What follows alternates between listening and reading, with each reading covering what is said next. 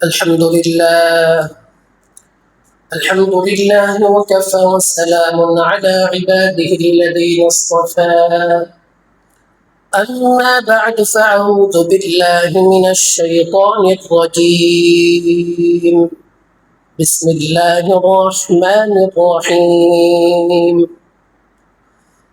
ولله على الناس حج البيت من استطاع إليه سبيلا ومن كفر فإن الله غني عن العالمين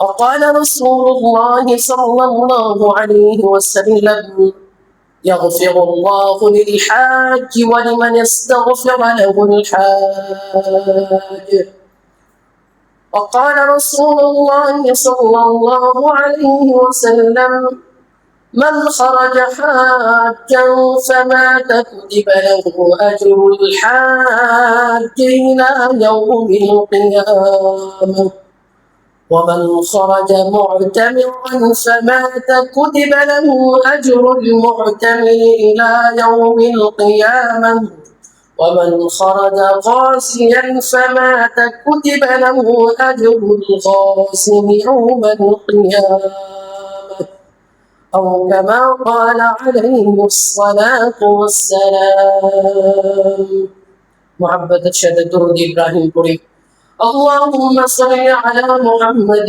وعلى آل محمد كما صليت على إبراهيم وعلى آل إبراهيم إنك حميد مجيد اللهم بارك على محمد وعلى آل محمد كما باركت على إبراهيم وعلى آل إبراهيم إنك حميد مجيد الحمد لله معجز محترم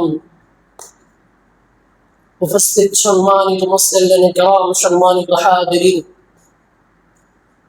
মহান রব্বুল ইজ্জতের দরবারে শুকরিয়া জ্ঞাপন করছি যে রব্বুল আলামিন আমাদেরকে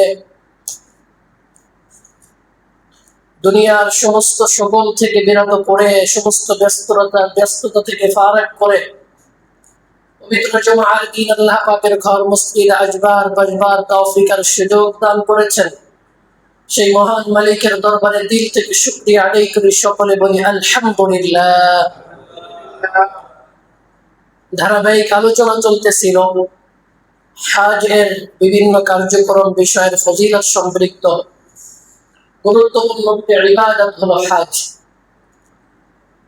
ইসলামের যে বুনিয়াদ যে ভিত্তি স্তম্ভ রয়েছে তার মধ্যে উল্লেখযোগ্য একটা বুনিয়াদ হলো হজ গত জুমায় ধারাবাহিকভাবে হজের আলোচনা করেছি ফজিলত আলোচনা হয়েছে তারপর থেকে কিছু আলোচনা আর আল্লাহ পাক চাহেন তো আমা তৌফিক ইল্লা বিল্লাহ আলোচনা করব ইনশাআল্লাহ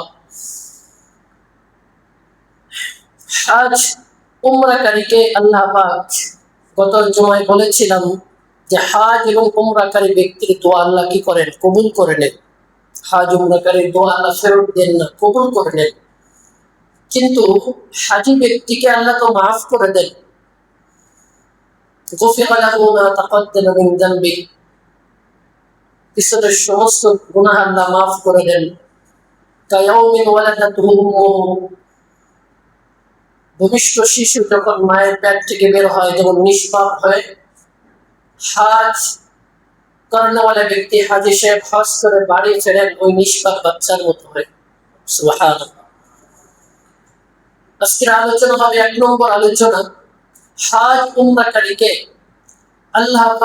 আল্লাহ পাক যেভাবে মাফ করে দেন হজ উমরাকারী ব্যক্তি যে ব্যক্তির জন্য দোয়া করে আল্লাহ পাক ওই ব্যক্তিকেও মাফ করে দেন হাজী সাহেবকে তো আল্লাহ মাফ করে দেন ওই হাজী সাহেব যাদের জন্যই দোয়া করবে আল্লাহ তাদেরকেও কি করবেন মাফ করে দিবেন মুসনাদে বাজ্জার হাদিসের কিতাব 1155 নম্বর হাদিস 1155 নম্বর হাদিস রাসূলুল্লাহ সাল্লাল্লাহু আলাইহি ওয়াসাল্লাম ইরশাদ করেন, قال رسول الله صلى الله عليه وسلم يغفر الله للحاج ولمن استغفر له الحاج.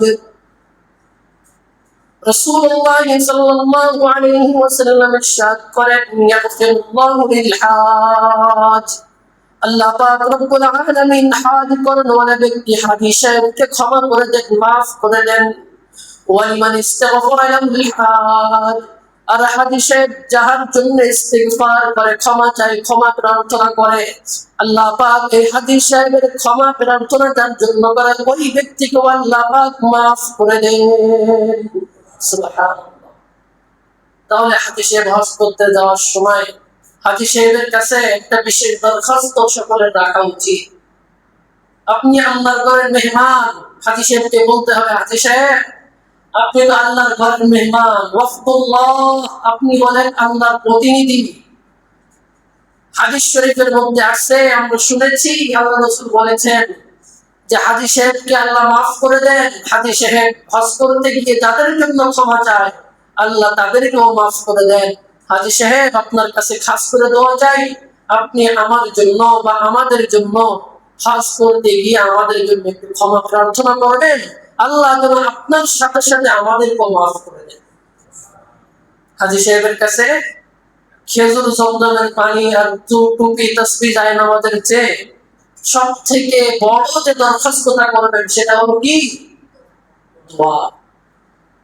সব থেকে বড় দরখাস্ত হবে দোয়া, সব থেকে বড় চাওয়া হবে হাজি সাহেবের কাছে ওই খেজুর, জমজমের পানি, টুপি আর তাসবিহ, জায়নামাজ নয়।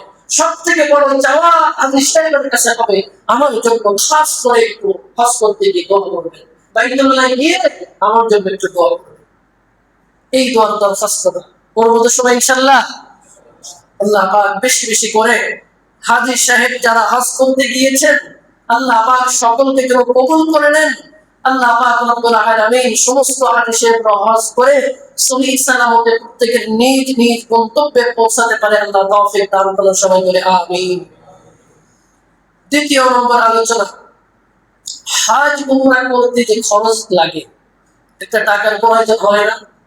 এই খরচ করলে কি ফজিলত? হজ উমরায় খরচ করলে কি ফজিলত?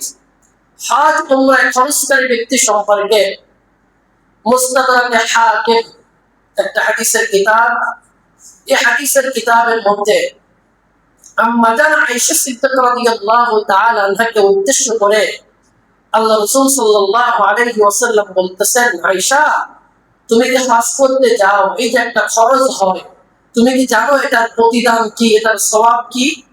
তখন আল্লাহ রাসূল আয়েশাকে বলেন যে শোনো, ইন্নালাকি মিনাল আজরি আলা কদরি নাসাবিকা ওয়া নাফখাতিকা, তুমি এই যে হজ করতে গিয়ে যে খরচ তোমার হয়, যে নাফকা, যে খরচ হয়, এর যে প্রতিদান আল্লাহ পাক রব্বুল আলামিন তোমাকে দান করবেন, এটার পূর্ণাঙ্গ প্রতিদান আল্লাহ পাক তোমাকে ডবলের ডবল তোমাকে দান করবেন। সুবহানাল্লাহ।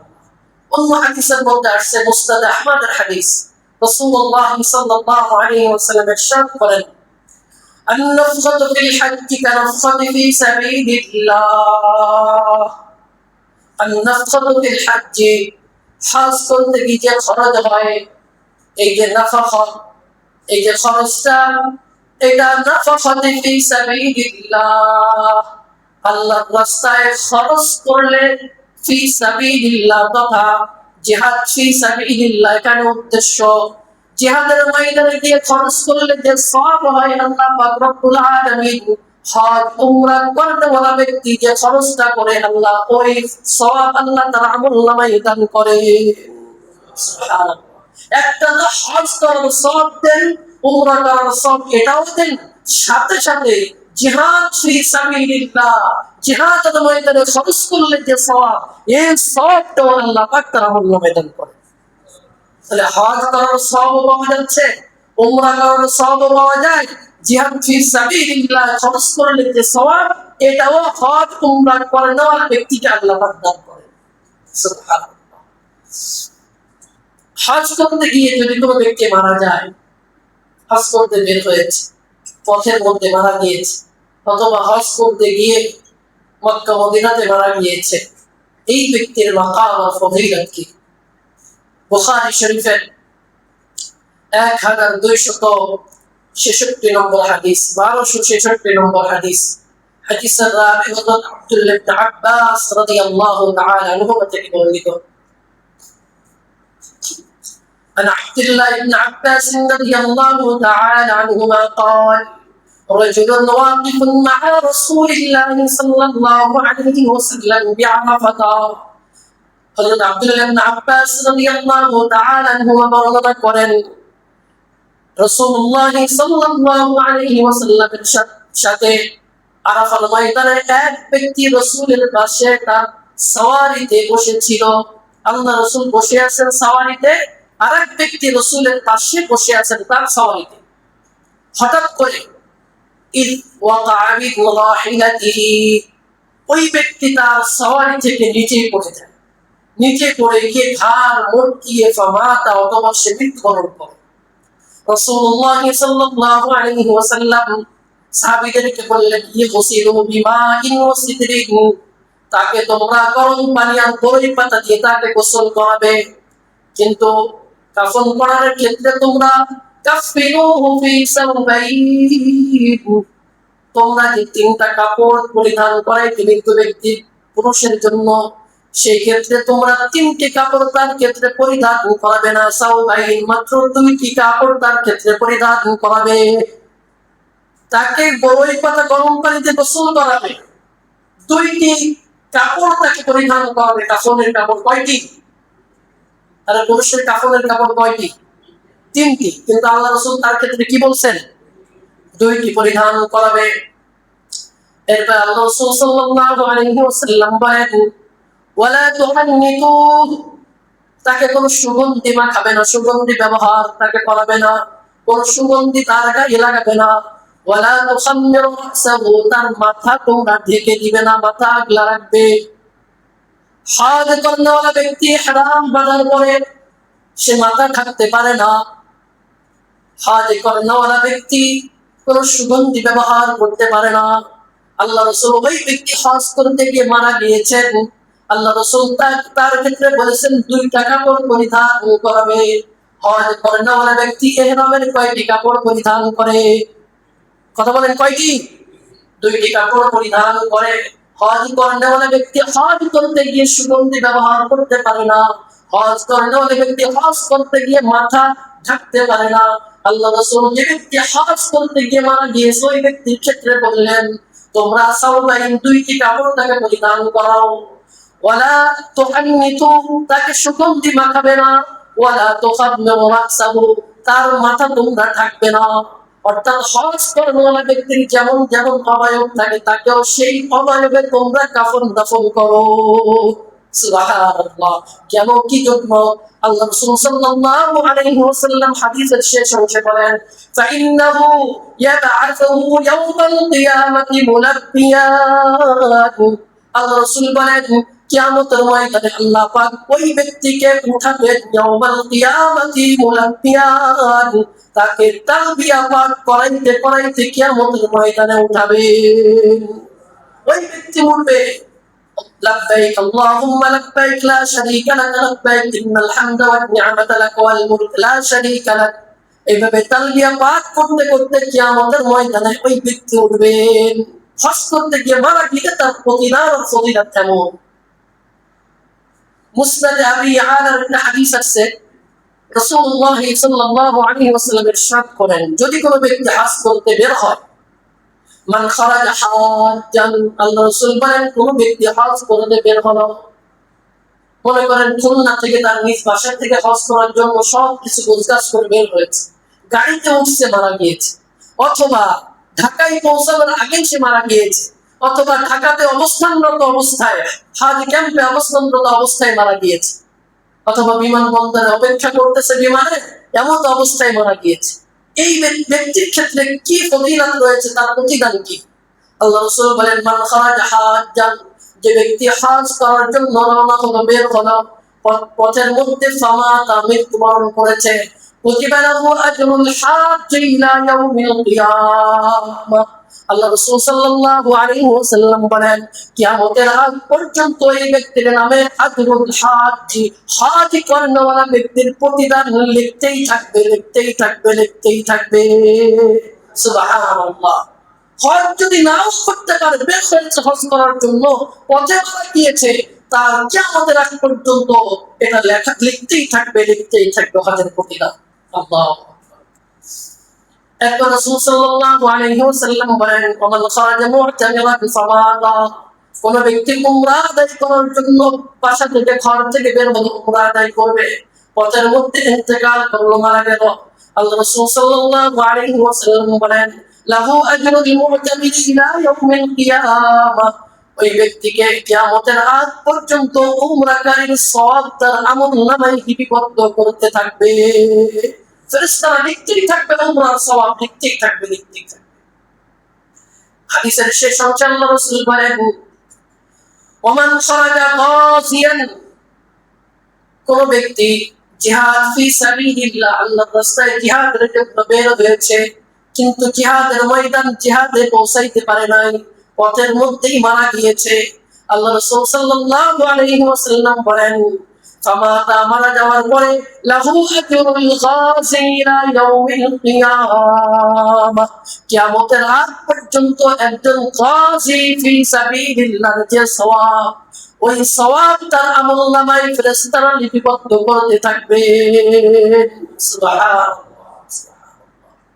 হজ উমরা করতে গিয়ে যে তালবিয়া পাঠ করা হয়, আল্লাহ পাক তো যে ব্যক্তি মারা যাবে ওই ব্যক্তিকে তালবিয়া পাঠ করা অবস্থায় উঠাবেন। এই যে তালবিয়া পাঠ করা হয়, লাব্বাইক আল্লাহুম্মা লাব্বাইক লা শারীকা লাক লাব্বাইক, এই যে তালবিয়া, এই তালবিয়া পাঠ করার ফজিলত কি? তিরমিজি শরীফের হাদিস। সাহাবায়ে কেরাম রাসূলকে প্রশ্ন করতেছে, আইয়ুল আমালি আফযাল ইয়া রাসূলুল্লাহ, হজে কোন আমল উত্তম আফজাল? আল্লাহ রাসূল সাল্লাল্লাহু আলাইহি ওয়াসাল্লাম তাদেরকে বললেন, আল হাজ্জু ওয়াস সাজ্জু। আল্লাহ রাসূল খুব অল্প কথায় অনেক কিছু বুঝাইতেন। জাওয়ামিউল কালিম আল্লাহ রাসূল ছিলেন, কথায় খুব সামান্য কথায় কিন্তু অনেক কিছুকে বেষ্টন করতে বুঝাইতো। আল্লাহ রাসূল বললেন, আল হাজ্জু ওয়াস সাজ্জু, উত্তম আমল হলো আল হাজ্জু তথা তালবিয়া পাঠ করা, ওয়াস সাজ্জু হজে গিয়ে কুরবানি করা। এই দুইটি আমল সবথেকে উত্তম আফজাল হজের আমল। অন্য আমল তো আছে প্রতিদান, কিন্তু দুইটার ক্ষেত্রে আল্লাহ রাসূল বলেছেন এটা উত্তম আফজাল।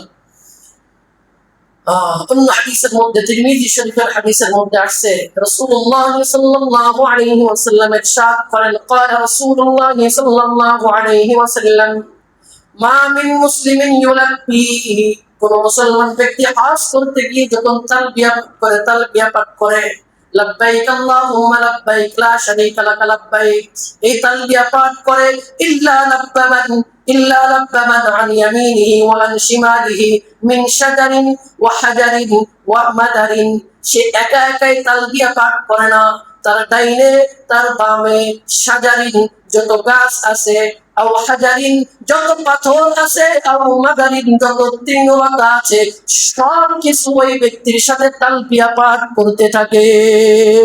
সুবহানাল্লাহ। তারাও বলতে থাকে, লাব্বাইক আল্লাহুম্মা লাব্বাইক লা শারীকা লাক লাব্বাইক।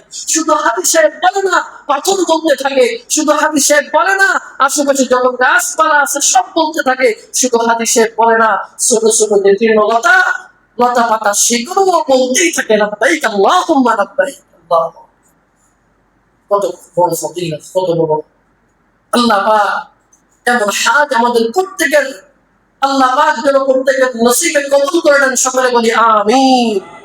তিরমিজি শরীফের হাদিসের মধ্যে আসছে, রাসূলুল্লাহ সাল্লাল্লাহু আলাইহি ওয়াসাল্লাম ইরশাদ করেন, আতা জিবরিল, আমার কাছে জিবরিল আলাইহিস সালাম আগমন করলেন, ফাআমারানি, আমাকে আদেশ করলেন, আন আ'মারা আসহাবি, আমি যেন আমার সাহাবীদেরকে আদেশ করি, ইয়ারফাউ আসওয়াতাহুম বিল ইহলাল ওয়াত তালবিয়া, তারা যেন ইহলাল অর্থাৎ আল্লাহু আকবার ওয়াত তালবিয়া, তালবিয়া পাঠ করার ক্ষেত্রে, আল্লাহু আকবার পাঠ করার ক্ষেত্রে তারা যেন ইয়ারফাউ আসওয়াতাহুম, তাদের আওয়াজকে যেন উঁচু করে, উঁচু আওয়াজে যেন তারা হজ করতে গিয়ে তালবিয়া পাঠ করতে থাকে, উঁচু আওয়াজে করবে। এজন্য দেখেন হাদিসে তারা হজ করতে গিয়ে যখন আপনারা টেলিভিশন বিভিন্ন জায়গায় দেখেন হজের কার্যক্রম, তখন দেখেন তালবিয়ার আওয়াজ দিলটা একদম শীতল করে দেয়, মুগ্ধ করে দেয়।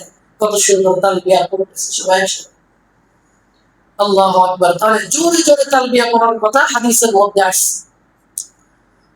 আল্লাহু আকবার। হজ উমরা, এই যে তাওয়াফ করি আমরা, যারা হজ করতে যাই বাইতুল্লাহকে তাওয়াফ করে, এই তাওয়াফ করার কি ফজিলত, তাওয়াফ করলে কি সওয়াব হয়। তিরমিজি শরীফের 959 নম্বর হাদিস, রাসূলুল্লাহ সাল্লাল্লাহু আলাইহি ওয়াসাল্লাম ইরশাদ করেন, قال رسول الله صلى الله عليه وسلم من طاف بهذا البيت اسبوعا, যে ব্যক্তি এই ঘর বাইতুল্লাহকে 7টা তাওয়াফ করে, 7টা চক্কর দেয়, ফাহসাহু, সঠিকভাবে নিয়ম কানুন মেনে তাওয়াফ করে, কানা কাইতকু রাকাবাতিন, আল্লাহ পাক রব্বুল আলামিন এক একটা তাওয়াফের বিনিময়ে তাকে এক একটা গোলাম আজাদ করার সব আল্লাহ পাক তার আমলনামায় দান করেন। সুবহানাল্লাহ। ওয়ারাফা রাজুলুন কদমাহু ওয়ালা ওয়াদাউ ইল্লা কুতিবা লাহু 10 হাসানাত। ওই ব্যক্তি যখন তাওয়াফ করে, যখন পা উঠায় আবার রাখে, এই প্রত্যেকটা কদমে কদমে আল্লাহ পাক রব্বুল আলামিন তাকে 10টি হাসানাত, 10টি নেকি আল্লাহ তার কদমে কদমে দান করেন। সুবহানাল্লাহ। ওয়া বুহিদা আনহু 10 সাইয়্যাত, আল্লাহ রাসূল বলেন প্রত্যেকটা কদমে কদমে 10টি গুনাহ আল্লাহ maaf করে দেন। সুবহানাল্লাহ। ওয়া রুফি'a লাহু 10 দারাজাতিন, আর প্রত্যেকটা কদমে কদমে 10টি করে মর্যাদা আল্লাহ তাকে বৃদ্ধি করে দেন। তার 10টি মর্যাদা আল্লাহ বাড়িয়ে দেন, 10টি গুনাহ maaf করে দেন, 10টি নেকি দান করেন প্রত্যেকটা কদমে কদমে, প্রত্যেকটা কদমে কদমে। বাইহাকী শরীফের হাদিসের মধ্যে আসছে, রাসূলুল্লাহ সাল্লাল্লাহু আলাইহি ওয়াসাল্লাম ইরশাদ করেন, ইউনজিলুল্লাহু কুল্লা ইয়াউমিন আলাল হুজ্জাজ বাইতিহিল হারাম, আল্লাহ পাক প্রত্যেকদিন এই হাজি সাহেবদের জন্য বাইতুল্লাহর মধ্যে প্রত্যেকদিন আল্লাহ পাক রহমত বর্ষণ করেন, রহমত বর্ষণ করেন। 20 ওয়া 100 রহমাতান, 160টি রহমত প্রত্যেকদিন হাজি সাহেবদের জন্য আল্লাহ পাক নাযিল করেন। 120টি রহমত আল্লাহ প্রত্যেকদিন নাযিল করেন। আল্লাহ পাক রব্বুল আলামিন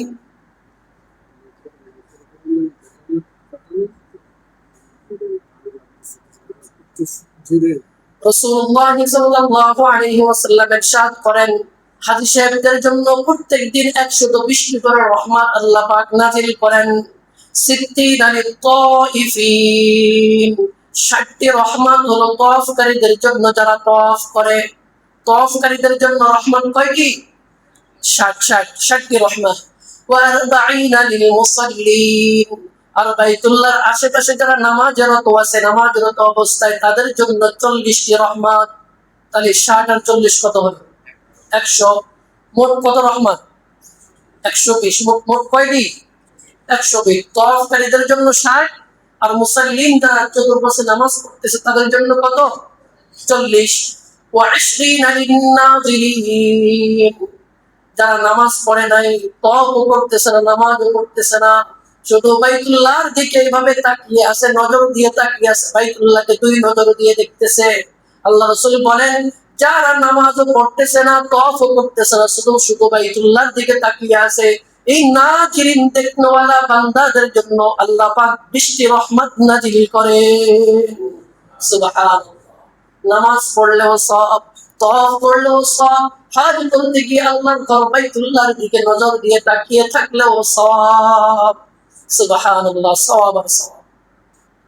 হজরে আসওয়াদ যে পাথর আছে, এই পাথর যদি কেউ স্পর্শ করে, চুমা দেয়, এটার কি ফজিলত? অনেক ভিড় থাকে, তো ভিড় অবস্থায়, প্রচুর পরিমাণ ভিড়, কোন হাদিসে কষ্ট পাবে, এই অবস্থায় মাসআলা হলো চুমা খাবে না, সম্ভব হয় শুধু হাত দিয়ে স্পর্শ করবে, সেটাও না পারলে ইশারা করবে। কিন্তু মারামারি করে ঠেলে দিয়ে হাজি সাহেবকে কষ্ট দিয়ে চুমা খাবেন, এটা ইসলাম এটা বলে না। প্রচুর পরিমাণ আপনি আবার ঘুরে আসেন, আবার চেষ্টা করেন, না পারলে আবার চেষ্টা করেন, কিন্তু কোন হাজি সাহেবকে কষ্ট দিয়ে যে চুমা খাবেন, এটা ইসলাম বলে না। রাসূলুল্লাহ সাল্লাল্লাহু আলাইহি ওয়াসাল্লাম ইরশাদ করেন, ইন্না মাসহুহা কাফফারাতুন লিল খাতায়া। এই হাজরে আসওয়াদ, এই পাথরটি যদি কোনো ব্যক্তি স্পর্শ করে, হাত দিয়ে স্পর্শ করেছে, মুখ লাগাইতে পারে নাই, হাত দিয়ে শুধু স্পর্শ করছে, স্পর্শ করলে কাফফারাতুন লিল খাতায়া, তার পিছনের জীবনের সমস্ত গুনাহ কাফফারা হয়ে যায়, অর্থাৎ সমস্ত গুনাহ আল্লাহ পাক মাফ করে দেন। এই পাথর হাজরে আসওয়াদ, যে পাথরটি আছে, এই পাথর চুমা খাইলে বা স্পর্শ করলে আল্লাহ পাক তার জীবনের সমস্ত গুনাহ মাফ করে দেন। আল্লাহ পাক আমাদেরকে হাজরে আসওয়াদ পাথরে স্পর্শ করার তৌফিক আল্লাহ দান করুন, সকলে বলে আমিন। ইবনে মাজাহ শরীফের হাদিস, হযরত আব্দুল্লাহ ইবনে আব্বাস রাদিয়াল্লাহু তাআলা আনহুমার বর্ণনা, উনি ইরশাদ করেন, قال رسول الله صلى الله عليه وسلم لا يأتين هذا الحجر। আল্লাহ পাক রব্বুল আলামিন ইয়াউমাল কিয়ামা, আল্লাহ পাক রব্বুল আলামিন এই হাজরে আসওয়াদ পাথরটাকে কিয়ামতের ময়দানে উঠাবেন। কিয়ামতের ময়দানে উঠানোর পরে লাহু আইনান, হাজরে আসওয়াদ পাথরের দুইটি চোখ দান করবেন। ওয়া ইউবসিরু বিহিমা, সে এই চোখ দিয়ে দেখতে পারবে। ওয়া লিসানুন, আল্লাহ পাক হাজরে আসওয়াদ পাথরকে একটা জবান দান করবেন।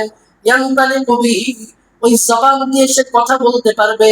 ওয়াশহাদু আলা মান ইয়াস্তালমি ওয়াশহাদু আলা মান ইয়াস্তালিমুহু বিহাক্কিন, যে ব্যক্তি ওই হাজরে আসওয়াদ পাথরকে স্পর্শ করেছে বা চুমু খেয়েছে, ওই ব্যক্তির ক্ষেত্রে এই হাজরে আসওয়াদ পাথর কিয়ামতের ময়দানে সাক্ষ্য প্রদান করবেন। আল্লাহ পাকের কাছে সুপারিশ করবেন। আল্লাহ পাক রব্বুল আলামিনকে বলবেন, আল্লাহ, আপনার এই বান্দা আপনার এই পাথরকে চুমু খেয়েছে, স্পর্শ করেছে, আল্লাহ পাক রব্বুল আলামিন তার সুপারিশ কবুল করে ওই ব্যক্তিকে আল্লাহ পাক জান্নাত দান করবেন, তাকে মাফ করে দিবেন, জান্নাত দান করবেন। হাজরে আসওয়াদ পাথর আল্লাহ পাক আমাদের নসিবে কবুল করেন, আমরা যেন প্রত্যেকে স্পর্শ করতে পারি, চুমা খাইতে পারি। আল্লাহ সকলকে কবুল করেন, সকলে বলি আমিন। আরাফার ময়দানে অবস্থান, হজ করতে গিয়ে আরাফার ময়দানে যে অবস্থান, 9 জিলহজ, এটার কি ফজিলত? আরাফার ময়দানে অবস্থানের ফজিলত, সবথেকে বড় ফজিলত হলো মুসলিম শরীফের হাদিসের মধ্যে আসছে, আল্লাহ পাক রব্বুল আলামিন ফেরেশতাদের কাছে গর্ব করে যে, দেখো আমার বান্দারা ময়লাযুক্ত কাপড় নিয়ে এই আরাফার ময়দানে তারা একমাত্র আমাকে সন্তুষ্টির জন্য অবস্থান করতেছে। গর্ব করতে থাকে ফেরেশতাদের কাছে, আর বলতে থাকে যে আমার বান্দাদের উপরে আমি রাজি এবং খুশি হয়ে গিয়েছি। আল্লাহ পাক সব আরাফার ময়দানে সমস্ত হাজী সাহেবদেরকে মাফ করে দেন, ক্ষমা করে দেন। আল্লাহ পাক রব্বুল আলামিন হজ সম্পৃক্ত ধারাবাহিক 2 জুমা ব্যাপী আমরা যে আলোচনা শুনলাম, এই আলোচনাগুলি আমরা শুনবো, আলোচনা করব। এই আলোচনা স্মরণে রাখবো, খেয়ালে রাখবো, যাদের উপর হজ ফরজ হয়ে গিয়েছে আমরা দেরি না করি, ভাই দেরি না করি, চেষ্টা করি তাড়াতাড়ি হজ করে ফেলানো, তাড়াতাড়ি হজে যাওয়া। এবছর তো আর সম্ভব নয়, সময় হয়ে গিয়েছে, রেজিস্ট্রেশন হয়ে গিয়েছে, তো আগামী বছরের জন্য এখন থেকে নিয়াত করি। আপনি নিয়াত করলেন, টাকা পয়সা গোছাইলেন, এর ভিতরে যদি দুনিয়ার থেকে বিদায় নিয়ে যান, আল্লাহ পাক অবশ্যই আপনাকে ক্ষমা করবেন, মাফ করবেন। কিন্তু আপনার হজ ফরজ হয়ে গিয়েছে, কোনো নিয়াত নাই, কোনো প্রিপারেশন, কোনো ধরনের গোছ গোছানো, কোনো ধরনের কোনো কিছুই আপনার মধ্যে আসে না, অথচ আল্লাহ পাক আপনাকে যথেষ্ট সম্পদ দিয়েছেন, হজ করার সামর্থ্য দিয়েছেন, কিন্তু আপনি কোনো ধরনের হজের জন্য কোনো কার্যক্রম হাতে নিলেন না, এই অবস্থায় মারা গেলেন। আল্লাহ রাসূল বলেন, কানে ইহুদিয়ান আও নাসরানিয়ান, সে চাই ইহুদি হয়ে মারা যাক, নাসারা হয়ে মারা যাক, আমার এতে যায় আসে না। প্রিয় মুসল্লি ভাইয়ারা, আপনাদের কাছে বিশেষ অনুরোধ রাখবো, হজ এমন একটি ইবাদত, একবার ফরজ হয়ে সাকিত হওয়ার আর কোনো সুযোগ নেই। জীবনে টাকা পয়সা আসছে, হজ ফরজ হয়ে গেছে, করেন নাই, ওইটা আপনার জিম্মায় থেকে যাবে। এরপরে যদি অসুস্থ হয়ে যান, তারপরেও ফরজ সাকিত হবে না, কেন আপনি করলেন, কেন করেন নাই হজ? যখন ফরজ হয়েছে কেন করলেন না? গড়ি মিশি করে কয়দিন পরে যাব, কয়দিন পরে যাব, কয়দিন পরে যাব করতে করতে এতদিন হয়ে গেছে, এখন আর সক্ষমতা হারাই ফেলছে। তারপরও ফরজই থাকবে আপনার জিম্মায়, আপনার থেকে গ্রহিত হবে। এখন শরীর সমান শক্তি আছে, টাকা পয়সা সামর্থ্য সবকিছু আছে, দেরি করেন না ভাই, দেরি করেন না। হাতে ধরে পায়ে ধরে বলি ভাই, হজটা করে ফেলেন। আল্লাহ পাক আমাদের সকলকে কবুল করে নেন। বাইতুল্লাহ যেন আমরা সকলে যাইতে পারি, আল্লাহ পাক কবুল করে নেন। সকলে বলি আমিন। যারা সুন্নাত পড়েননি, সুন্নাতে